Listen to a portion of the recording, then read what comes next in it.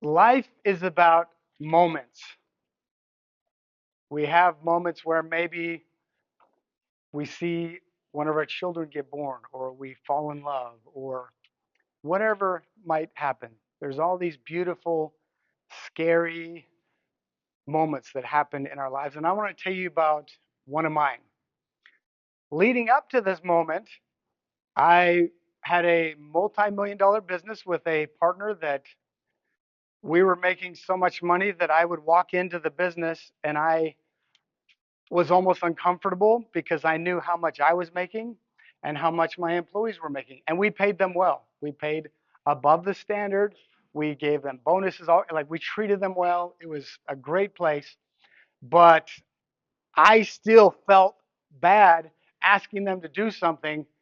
Like they say, I walked in and there's a mess, and hey, can you go clean that up? Sometimes I would just go do it myself because I felt bad. I'm like, I'm making so much more than them. I should not be asking them to do it. So that's where I was. I was at this place in life where just I didn't even have to go to work. I just would show up to make sure everything's going, and then I'd go do whatever I want to do and collect this big paycheck. And things started to there started to be some problems with some conflicts with me and my business partner. We started to disagree on things. Some of the things we disagreed on is where the millions of dollars should go in their pocket or my pocket, and created some turmoil.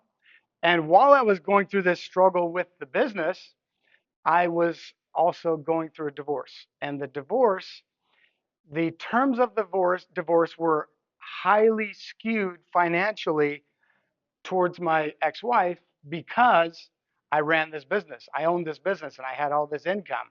So I paid for everything with the divorce. I mean, it and shortly after the divorce was finalized, I really had some problems with my business partner. We were arguing, disagreeing, having a lot of not, it wasn't going well. And finally, he told me, "You're not an owner in the company, so it doesn't matter what you say." And I was kind of taken back, didn't quite understand that. So, but what had happened is he had so he had come to me and said, "Hey, our accountant said that we need to create an S corp and it's going to help us with taxes." So I said, "Okay, fine." And he says, "We're just going to pay ourselves as W-2s and then we'll get an owner's draw on top of that." So we did that for years, but I never knew he never put me on the S corp. He only put himself, and I had just trusted him that.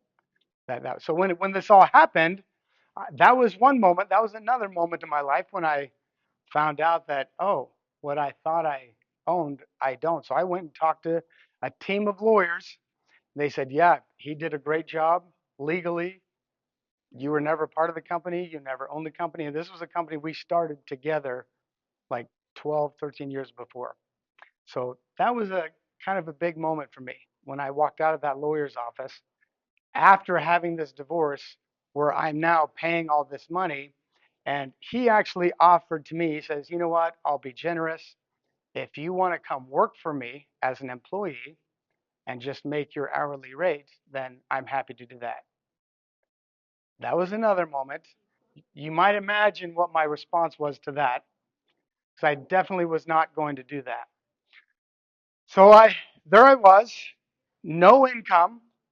I had savings that I was living on and no business. I literally had nothing. I was spending my days laying in bed trying to figure out what am I going to do with my life. And so I decided to start another company. And I was doing that. I was putting money into that. And so the building that I was using for this company was everything was great. It was starting to grow, and then all of a sudden this building had some major electrical problems, and they ended up having to redo the main line out to the street. But they couldn't figure out what it was. But this took 3 months. Meanwhile, I was paying for this building, unable to make any money from this building. So I had no income for 3 months, still had all my expenses, business expenses, everything. My savings was just going down, down, down because I was burning through it. And at the end of this 3 months, I woke up because I had a notice that, hey, a bill is due. It was $1,000 bill. So I thought, oh, no problem. I'll get on and pay for that. And I opened up my phone and my account was empty. There was nothing. The government, because I had back taxes that I owed from this whole thing, they took everything. So I literally had nothing. And I still had thousands of dollars that I owed people. And that was a moment for me. I was actually in a networking event walking out when I saw that.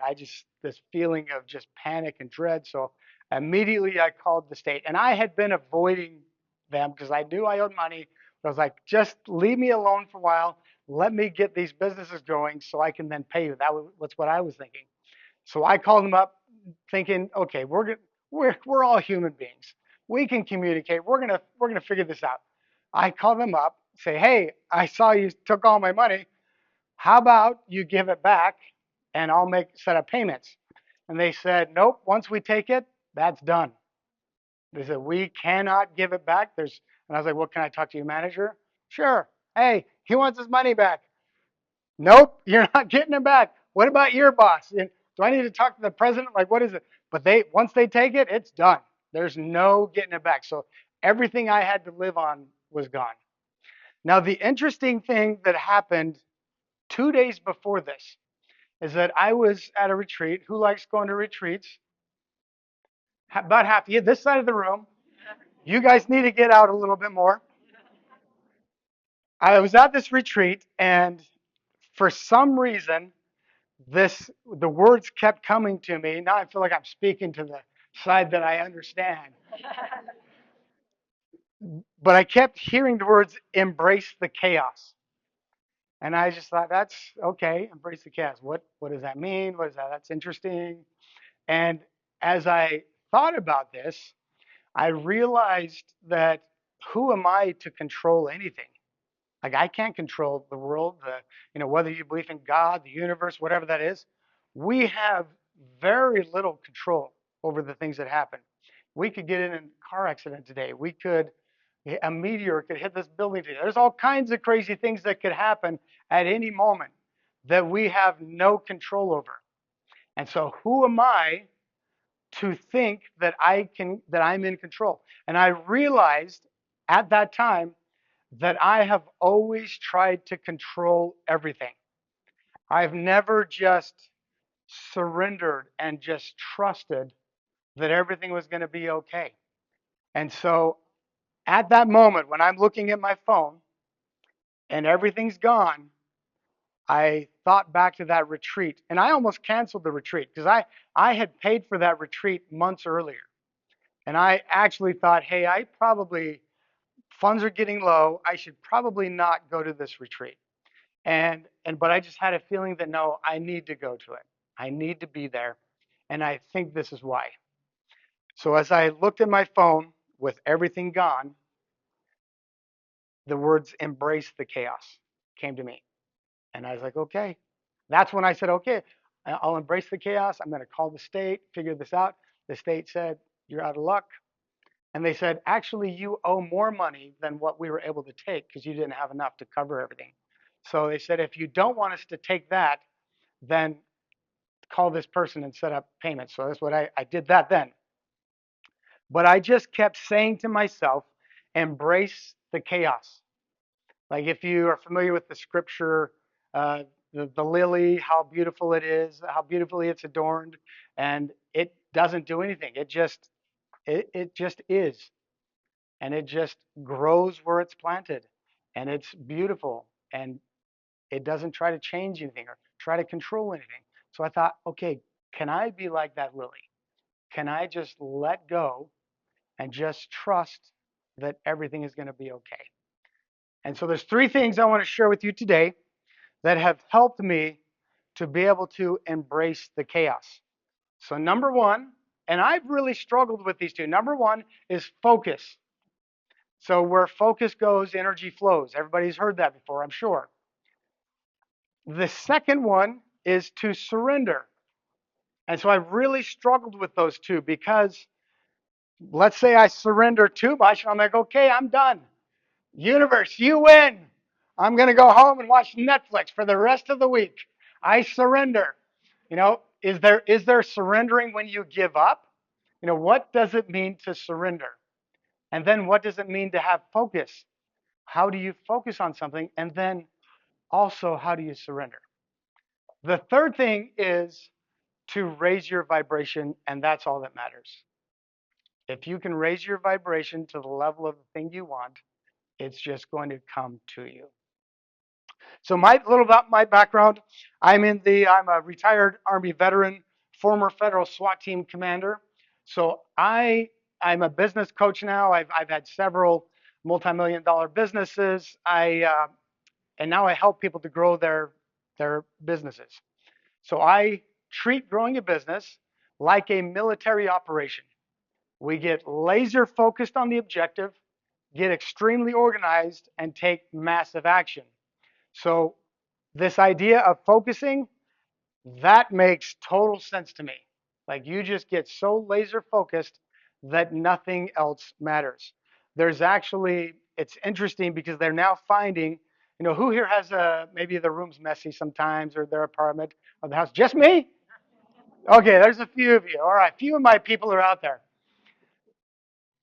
They have found that people that are really focused, like an Elon Musk type, they will get focused on what their objective is to the expense of everything else. There's this idea that how you do one thing is how you do everything. And it's actually shared a lot by coaches and mindset people. And the reality is, I don't believe that because I've seen like a bodybuilder with like 0% body fat. Well, maybe not that, but close, like no body fat. And they're so organized and precise, but then everything else in their life is just chaos. But that's what they're focusing on. That's where their energy is going. So I love to get very focused on what it is that I want and to help my clients. So for you, I challenge you to think about one thing that you would like to manifest into your life. And it can be as big or small as you want. And go ahead and write that down. If you have somewhere to put it in your phone. But think of one thing that you want to manifest.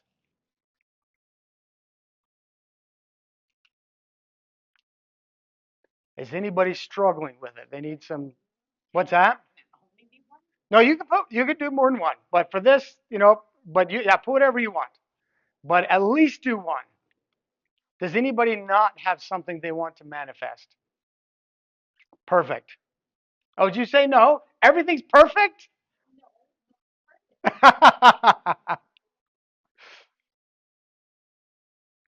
Okay. So now surrender. How do you focus on something and then surrender? Like this has really been something I've been thinking about a lot. And to me, it actually becomes surrendering to this thing that you're focusing on and letting everything else go. So we get so caught up into the process. We get attached to the process. We get attached to the outcome. We get attached to so many things, and it's letting go of those things. And the biggest thing I think we can let go of is ego. So if you think about your business, your life, your career, so many times we're held back by what are people going to think of me? What am I going to think of myself? There's when I was going through my healing journey after coming home from Iraq, because I was in a bit of a not a good place mentally, and I found this psychiatrist that he said two of the best things you can do for your mental health is to sing and to dance. And it doesn't matter if you do it in the privacy of your own home or if you do it out in public, because when you're out in public, it's not the judgment of others that you worry about. Yeah, you think you are, but you're actually judging yourself. We were at a party last night, a Valentine's party, and we were doing karaoke, and it took a little while for me to get up there because I judged myself. So background, I used to be a competitive singer many, many years ago, and now I don't. So I'm very judgmental of how I sing compared to how I used to be able to sing. And so because of that, I tend to not sing because of that. But it's knowing it like it's when I did sing, everyone's like, "Oh my goodness, that was really good." But for me, it's all about that judgment I have of myself. So whether in life, in business, in whatever it's hobbies, relationships, if we can let go of that ego and surrender to this vision. So this vision, it's like you think of a water skier. They're holding onto this boat. This boat is your vision, and it's just going to pull you if you just surrender to it and say, "Okay, let's go. Let's see where this thing takes me. What does the universe has in store for me? What things are going to happen?" They say that what is it? The fortune favors the bold. When you have this vision and you take action by letting go of that ego and surrendering to this vision that you have, that's when you're going to see miracles. You're going to have amazing opportunity. All kinds of things are going to come into your life that maybe you couldn't imagine. Maybe you're doing things that you couldn't imagine. Maybe you're in a place and you are like at the moment you're like, I can't believe I'm doing this. I can't believe I'm talking to these people and they're looking at me like I have something to say. Like who knows what that is for you. But if you can surrender to that vision and let go of that ego, that's when you're going to have the miracles come into your life. All right, the last thing and the most important thing is vibration, your energy. So we're going to do an exercise in just a second with that thing that you wrote down. And what we're going to do, we're going to get into a good headspace, do a little meditation. And what we're going to do is I'm going to have you visualize how you're going to feel once you get that thing. So let's say you put down, I want $1 million. Imagine how you will feel when you open up, instead of looking at my phone and seeing zero, and I see $1 million. How's that going to make me feel? Grateful, excited, relief? Like what is that? That feeling that that thing is going to give you is the vibration you need to be at to manifest that thing. So if you think about how you go throughout the day, you're doing all the boring things we have to do, the paperwork, the making our meals, going to the bathroom, all of these things that we have to do every day. If we can focus on just one thing and keeping ourselves in that vibration, so in that state of love, gratitude, excitement, keeping yourself at that energetic state is how you're going to manifest that into your life.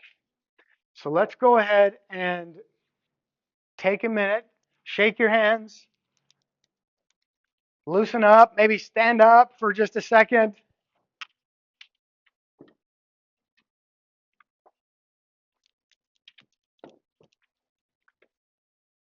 And then when you're ready, go ahead and have a seat.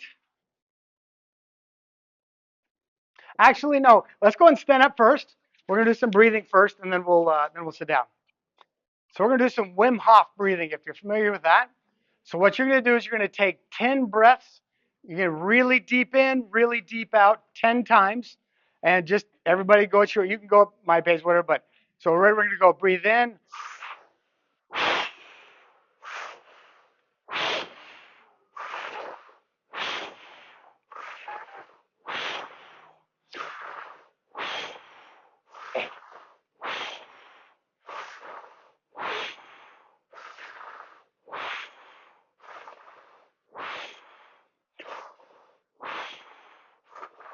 This time, breathe out and hold it.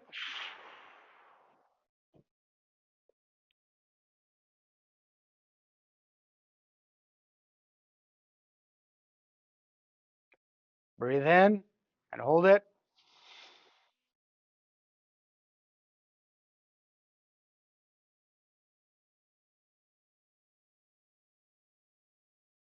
All right, breathe out and go ahead and take your seats. Go ahead and sit in an upright position. with your eyes open to begin with, and just take 3 slow, intentional breaths.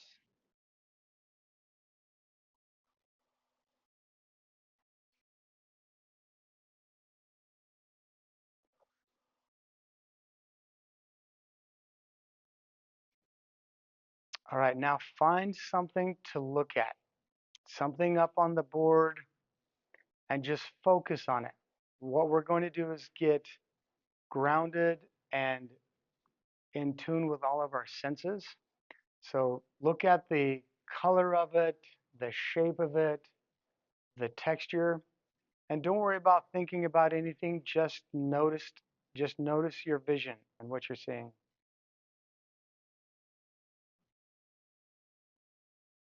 And let your breathing be normal.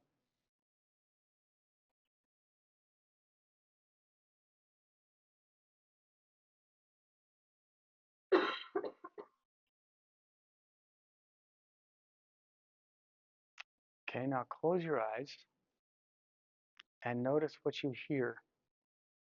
Is there movement around you? Do you hear the traffic outside?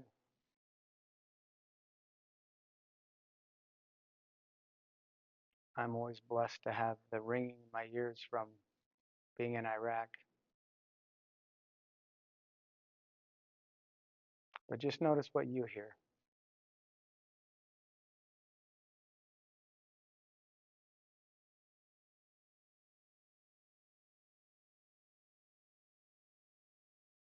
Now notice what you're feeling. Feel the seat below you on your back. Feel your feet on the floor. Feel the way your clothes feel on your body. Feel maybe your legs on your hands.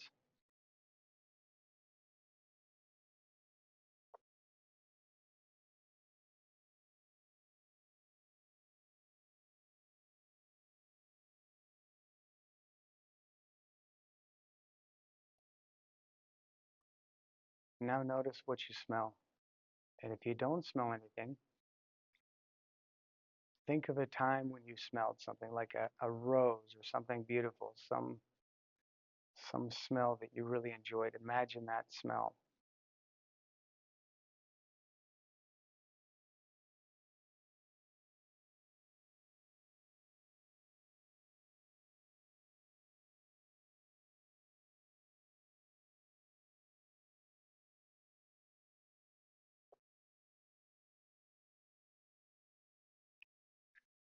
Now notice your taste. Do you taste anything in your mouth? If not, think about tasting something like a lemon or a piece of pie or a cookie, something that has a strong taste that you enjoy.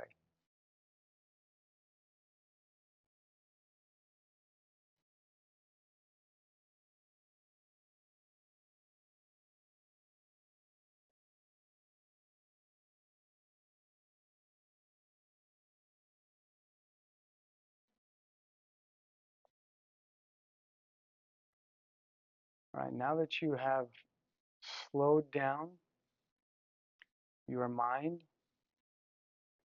and you're more grounded and in a place to really consider this thing you want to visualize or that you want to manifest, I want you to visualize it. See yourself getting this thing, whatever it is. If it's money, imagine it in cash or in your bank account. If it's a house, imagine you walking into it, getting the keys, checking out all the rooms, whatever that is. If it's a place you want to visit, visualize that. And as you are receiving that thing, notice how you feel. Are you happy, excited, grateful, relieved? Notice that feeling. What feeling is the strongest? Whatever that feeling is, focus on that feeling.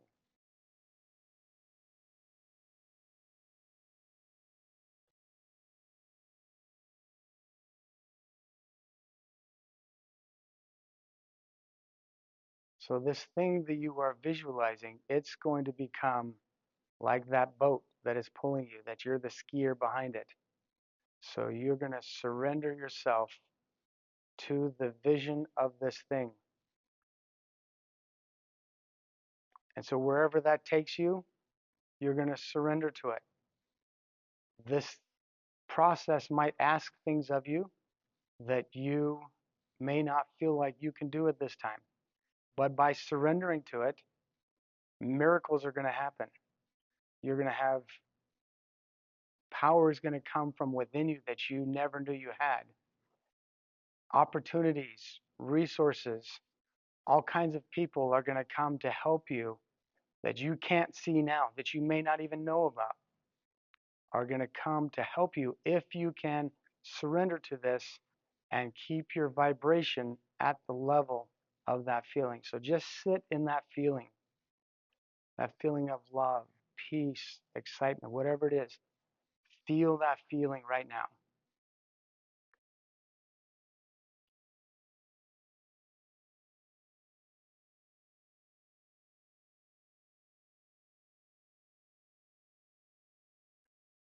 All right, when you're ready, go ahead and shake your hands, move your arms a little bit, move around.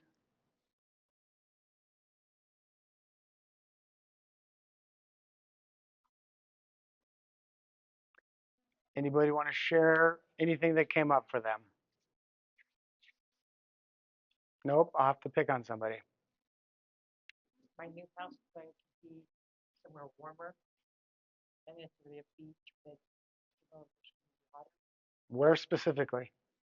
Southern Alabama. Southern Alabama. That's a great place. I know a friend who's buying a house there. They said it's one of the places that is overlooked, but there's places that are just as pretty as Florida. Yeah. What were we gonna say? I'm starting Okay. I started Good for you. my clientele and trying to visualize that being practice where it's sustainable. Yeah. Getting there is not quite. So I feel like I can rely on a certain stability there. Right now, some weeks are really good, some weeks are dry. Yeah. 100%. Good for you. So what feeling came up for you when you visualize that? Confidence? And excitement. Okay. I tried to visualize seeing my calendar get full. Okay.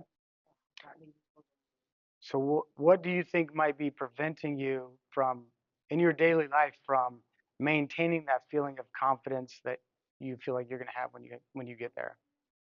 So I couldn't get distracted. Okay. Myself with like side projects aren't gonna get me. Okay. Okay. I like that. Anybody else? Yes. Ada. Yes, that's true. I feel like I can handle the hecklers though. So I was excited, trying to make that, but then I found myself about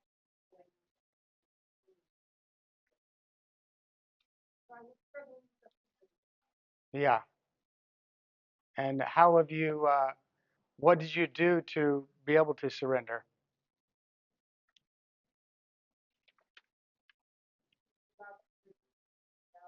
Okay.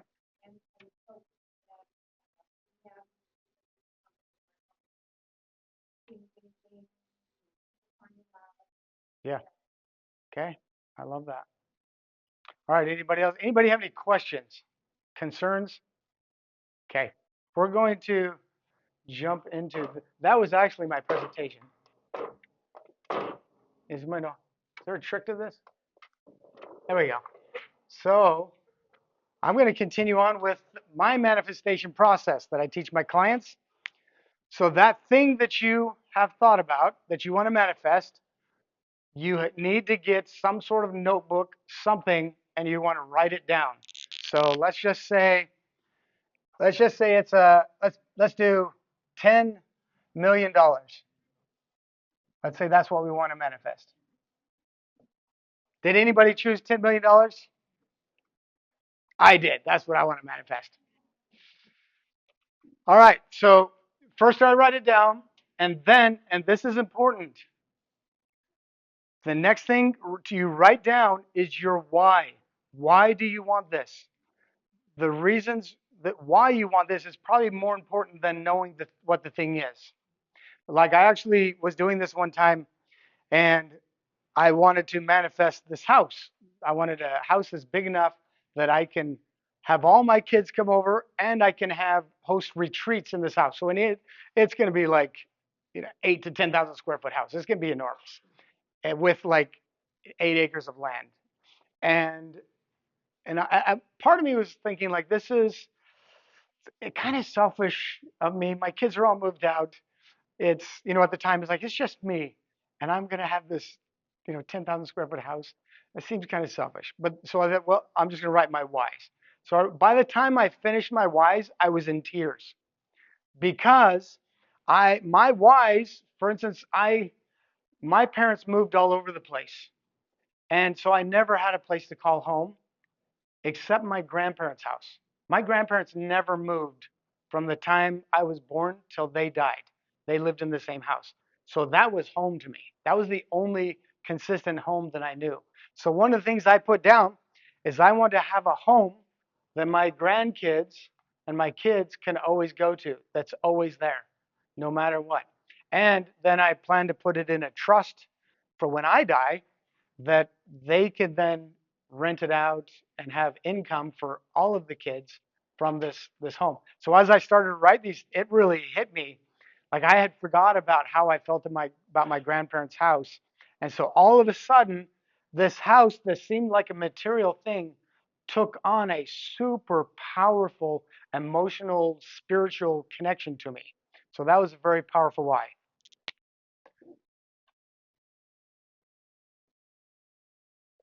All right, the next thing is you want to write down every idea that you can think of right now to get you to this thing. So to get to $10 million, or whatever your thing is.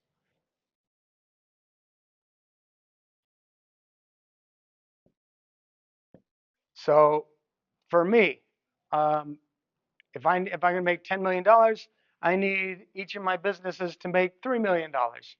So what does that look like? And you just start breaking this down, and you just come up with every idea that you can. Next,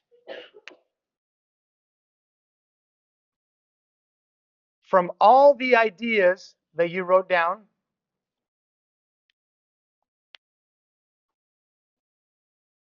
let's take one step back because I skipped a step. Write down what you think is preventing you from having that right now. Are there things in your life that you're doing that are preventing you from having that thing? So, for instance, uh, an interesting exercise is go to ChatGPT and say, what does a person's day look like that makes $10 million a year? And you're going to look at their day and go, oof, maybe I don't. How about $2 million?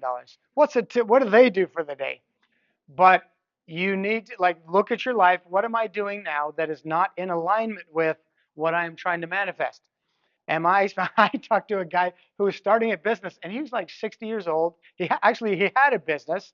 He had a pretty good business. So we were talking about what it's going to take to scale it to the next level, and we're talking about all of the, his niche, his branding, his marketing, his business plan, all this stuff.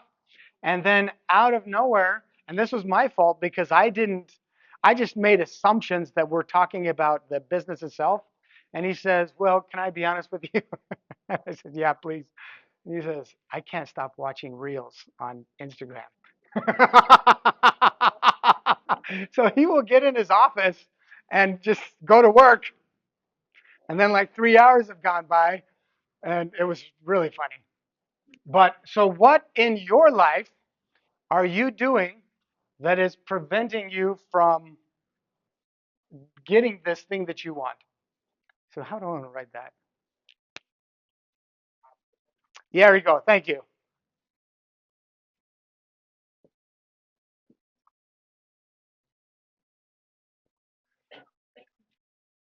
So now you're going to pick, and I'm a huge believer that action is where the miracles come. It's like you want to exercise faith, you want to, yeah, show the universe, God, whatever you believe, that you want this thing.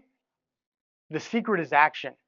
Do something. And it doesn't have to be like I talk to my clients, I want them to take massive action.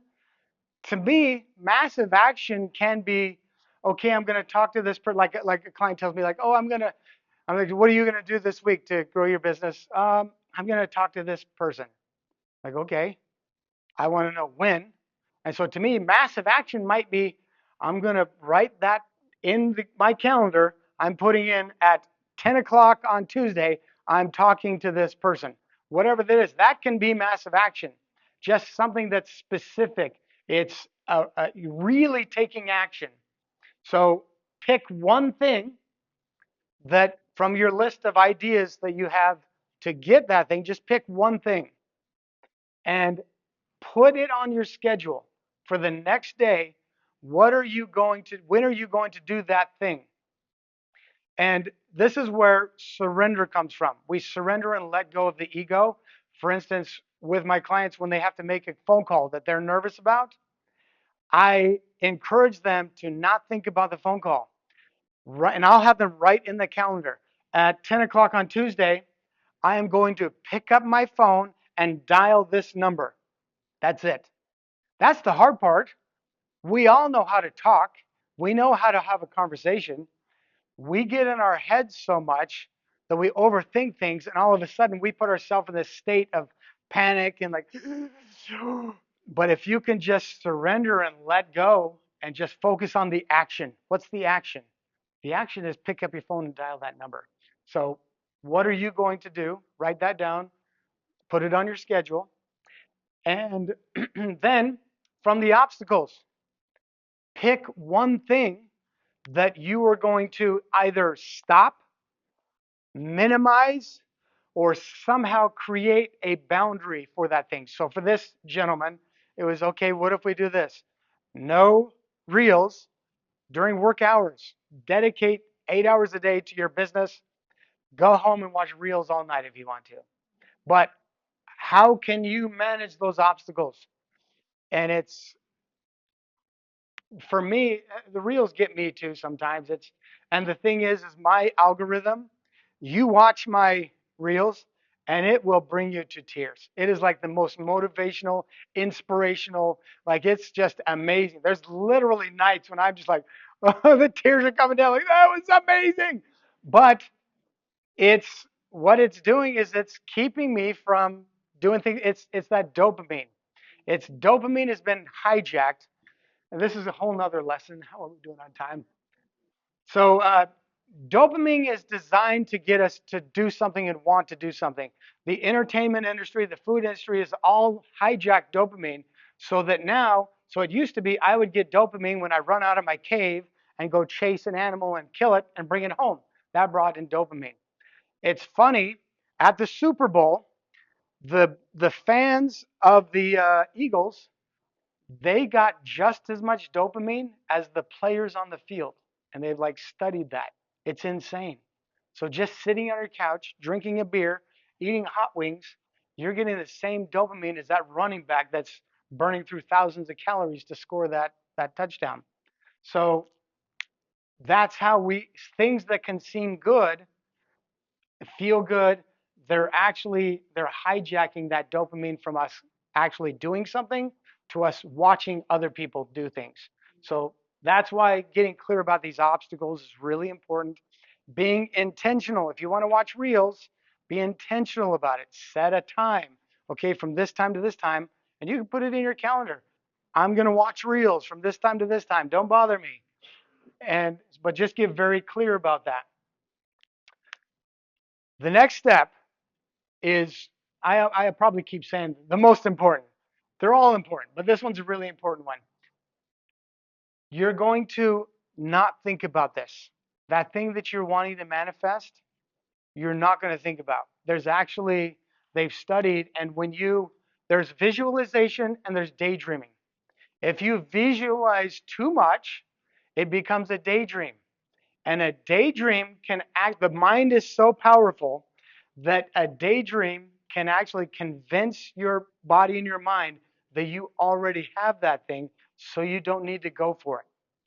So like, let's say I want to write a book, and every day I visualize, oh, the day I'm an author and I get that book and it's a #1 bestseller, and I'm visualizing this and I'm smiling and I think about it all the time. And pretty soon your body thinks you're an author, you've done it. And so you've got the dopamine for it, so you don't need to pursue that thing. So the way to avoid that is to be present. Like, that's why we did this exercise at the beginning, the meditation. Take some time every day throughout the day, do a mindful minute, and just focus on a couple things that you see, that you hear, that you feel, that you taste, that you smell. 10 minutes, thank you. And be present. So the conscious brain was never intended to be able to do all the things that it's asked of it today. So technology has advanced way further than our human biological bodies and minds have. Back in the day, when you left the cave, you were focused on everything that you hear, smell, taste, the vibrations of the ground, because everything's trying to kill you. So you were present. Now, food is plentiful, we're safe. Now we have all this time that used to be used being present. Then now we think, oh, how did I screw that up yesterday? Oh no, what am I going to do tomorrow? How am I going to get through this thing? And our conscious brain was never designed to handle that. So we need to be present.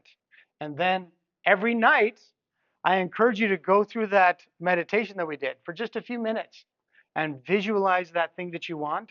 And if any new ideas come to you, because your subconscious brain, so the conscious brain can handle, it's like a couple thousand bits per second of data.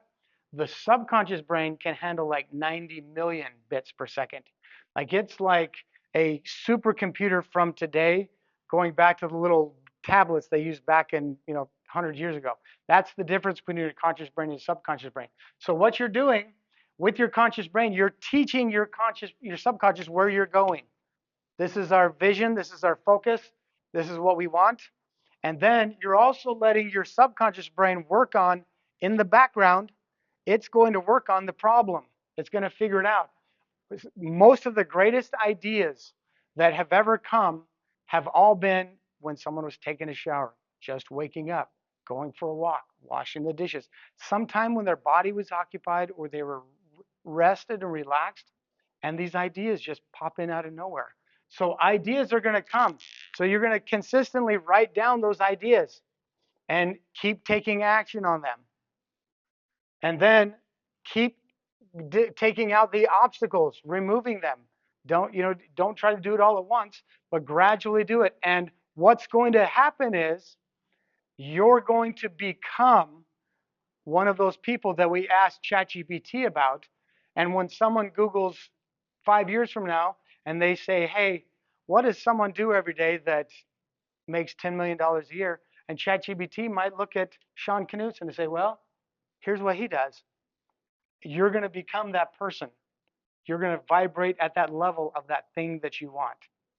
Now, do you remember the story of me getting up and looking at my phone and seeing that there was no money left? So that was a moment. And I just kept saying to myself, hey, did you have, 5 minutes. I kept saying to myself, before I finish this, I do a free session where we talk about your vision and purpose. If this is something that you feel like you would like help with, you would like to talk with me, if you fill out that card, my assistant will reach out and schedule it over Zoom, and we will just talk about getting you clear on your vision and purpose. At the end, I'll tell you about my program, and if you want to hear about it, that's great. If not, that's okay too. Back to that story. There I was, seeing my phone, and I kept saying to myself, embrace the chaos. Just, who am I to think I can control anything? This is all happening for a reason. There's something I am meant to learn from this. And the reality is This experience pushed me to do things I wouldn't have done because I was panicking. And so I reached out to people that I was nervous about. There was a lot of things that I did that I would have never done if I didn't reach that point where I was desperate. So I do believe that moment was meant to come. But I just kept saying, embrace the chaos. I did the whole process, focus on what I want, surrender to it, raise my, and I just thought, I'm just going to keep my vibes high this week. That's all I'm going to do. 2 days later, I walked into a Starbucks coffee and walked out with $56,000. So I met with a couple of people that some friends referred them, said, hey, I think that these guys should work with you.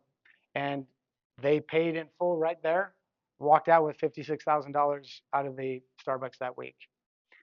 And I know that would not have happened if I had not, and I went into this surrendering to the process, knowing that it didn't matter whether they sign up or not. The money's going to come. I was trusting that no matter what, I was where I was supposed to be, doing what I was supposed to be doing, trusting, surrendering to this experience. And I knew that it was going to come, and it did come that week with that $56,000.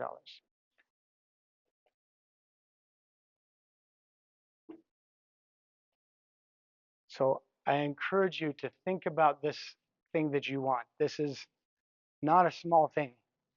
Is this your moment that you're going to look back and go, I remember that talk and I wrote down what I wanted and I started this process? Is this going to be a moment for you that's going to lead to getting that thing that you want to manifest? Thank you. Okay, I think we're good.